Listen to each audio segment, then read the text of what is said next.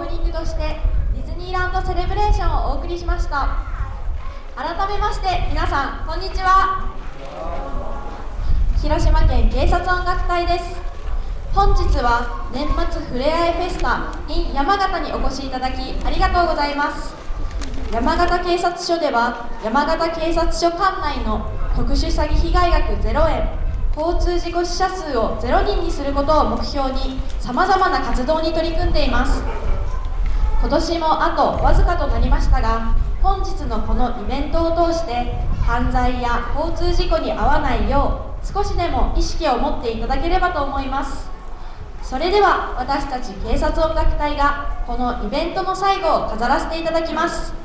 短い時間ではありますが最後までお楽しみください。まず最初に演奏します曲は NHK 大河ドラマ「麒麟がくる」からメインテーマです。今年の大河ドラマは明智光秀を主役とし、その謎めいた彼の生涯を中心に戦国の英雄たちの運命を描いています。戦国時代の熱さや迫力を感じながらお聴きください。麒麟がくるメインテーマ、演奏指揮は河野重盛学長です。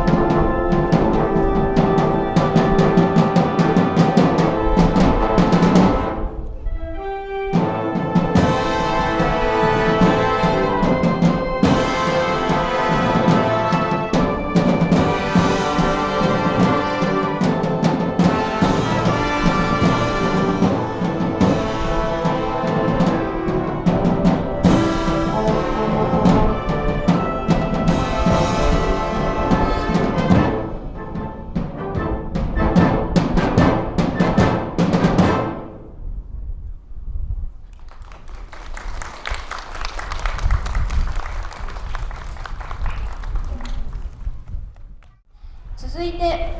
演奏する曲は大正時代を舞台に鬼と化した妹を元に戻す方法を探すために戦う少年玉戸炭治郎の姿を描いた「鬼滅の刃」